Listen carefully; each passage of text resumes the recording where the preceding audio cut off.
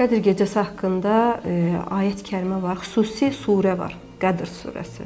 Estəzibillah, İnnə ənzəlnəhu fi leylətil qadr və mə ədraka mə leylətul qadr. Leylətul qadri xayrun min əlfi şəhr. Tənəzzəlül mələikətü və ruhu fiyhə biizni rabbihim min kulli əmrin sələm hiyə həttə mətlə'il fəcr. Nə deməkdir? Tərcüməsində sən nə bilirsən ki, Qədir gecəsi nə deməkdir? O gecə səhərə qədər salamatlıq olar və mələklər və Cibril, ruh Cibrildir, yerə enər və qalxarlar və yerdə olan, yəni dünyada olan hadisələri Allah Taalaya ərz edərlər və səhərə qədər salamatlıq olar o gecə.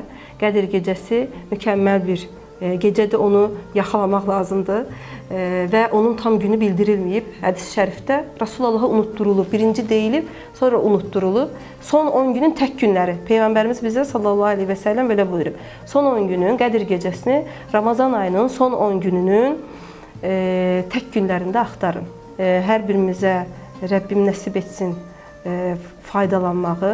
Nəinki Qədir gecəsi və burada bir şeyə diqqət çəkmək istəyirəm ki, niyə deyilir ki, son 10 günün tək günlərində insanlar son 10 günü ümumiyyətlə ibadətlə keçirsinlər.